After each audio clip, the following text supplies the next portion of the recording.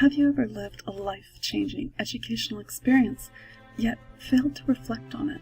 As a result, the concept slowly but surely faded away until all that remained was the shadow of notions that were once powerful enough to change everything. I know I have.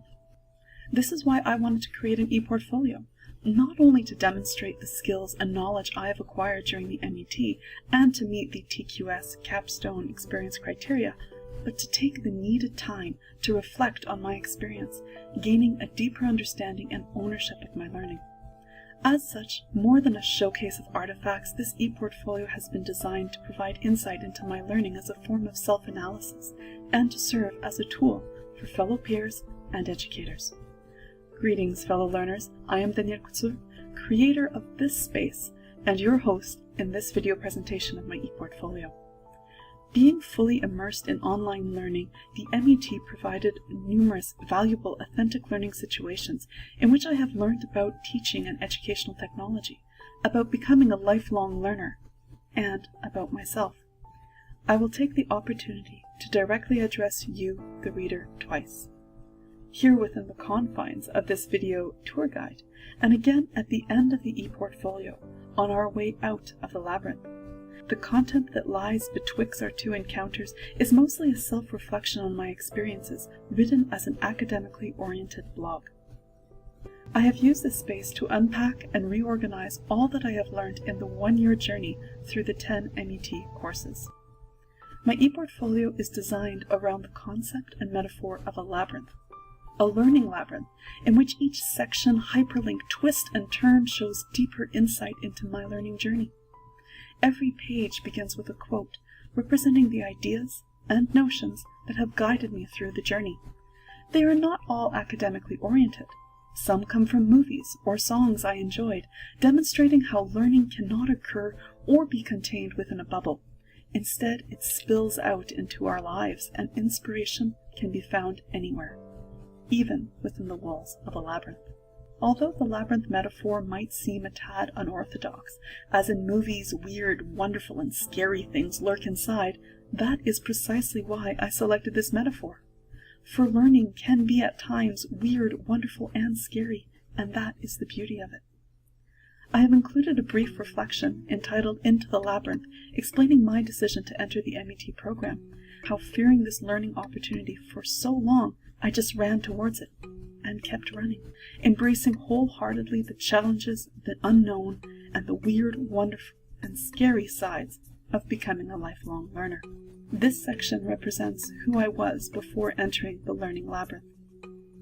Through the MET, I quickly understood that one's experience in the labyrinth is subjective, controlled by one's fears and decisions. So too is learning. I chose which electives to follow, and chose to see each dead end encountered as a learning opportunity, not a failure. The Getting Lost section of this e-portfolio describes the personal goals I set myself while completing the MET. Getting lost in the MET experience allowed me to question preconceived notions I had regarding technologies and learning.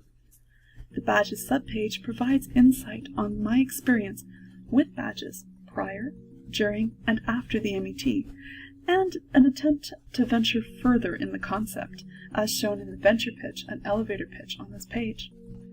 I understood that as a lifelong learner, as a navigator of the learning labyrinth, I should keep an open mind and not dismiss technology without fully analyzing it.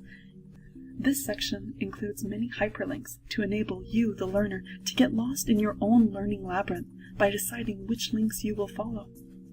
There are 2 additional sets of hidden artifacts within these links, so happy exploring. Getting lost in the labyrinth is part of the fun, so too is it in learning. It is important to explore knowledge for yourself. Learning requires time for inner reflection. Some labyrinths, such as mirror mazes, confront you directly with this notion. The Mirror Maze heading of the e-portfolio provides insight on the learning that occurred when I acquired the tools necessary to conduct in-depth reflection. The Media subsection details the skills acquired related to questioning media and conveying critical thinking to learners, as seen in the Citizen Kane Media Guide and in the final media production.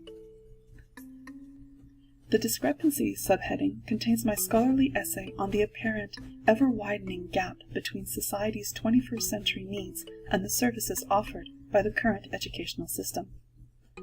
Both of these pages contain additional reflections and resources that supported my learning experience. Dichotomy subheading is a series of artifacts questioning the perceived, clear-cut false dichotomies that plague the educational system, such as behaviorism versus constructivism, or qualitative research versus quantitative research. The questioning of such dichotomies have shaped the way that I perceive the educational system and where I'd like it to go. It has shaped the way I navigate the learning labyrinth. Labyrinths challenge all that enter, enabling you to confront and conquer your fears and preconceived notions, your inner demons, your minotaurs. So too can learning, if you let it. The Minotaur section in my e-portfolio details my confrontation with teamwork and social media, two concepts which I have often struggled. Each subsection describes my initial thoughts on the matter, introduces and presents the artifacts in question, and provides an additional reflection on the creation of the artifact, thus illustrating the learning and growth that has occurred. As such, the MET program and the e-portfolio has helped me develop as an individual and as a lifelong learner. Finding the center of a labyrinth is highly satisfying and brings a sense of accomplishment, as does finishing a project or a learning experience. In this section, I have outlined various projects that I believe truly show the coming together of a panoply of concepts that I have learned throughout the program. The K-12 Educators section contains artifacts that have helped me develop significantly as an educator. The As a Lifelong Learner section describes two recent artifacts and how they combine theory and practice into a cohesive learning environment. Learning does not end by simply acquiring knowledge, nor do the walls of a labyrinth melt away when reaching the center. You still need to apply that acquired knowledge. You need to get out of the labyrinth. The Way Out section serves as a conclusion to my portfolio. There are 3 different ways of navigating this e-portfolio. I leave the choice to you. Either you can proceed in a linear fashion by following the buttons found at the bottom of each page. This is the fastest way to proceed, hitting the major artifacts, yet missing some of the hidden ones. The second manner is by using the hyperlinks, in conjunction with the buttons at the bottom of each page.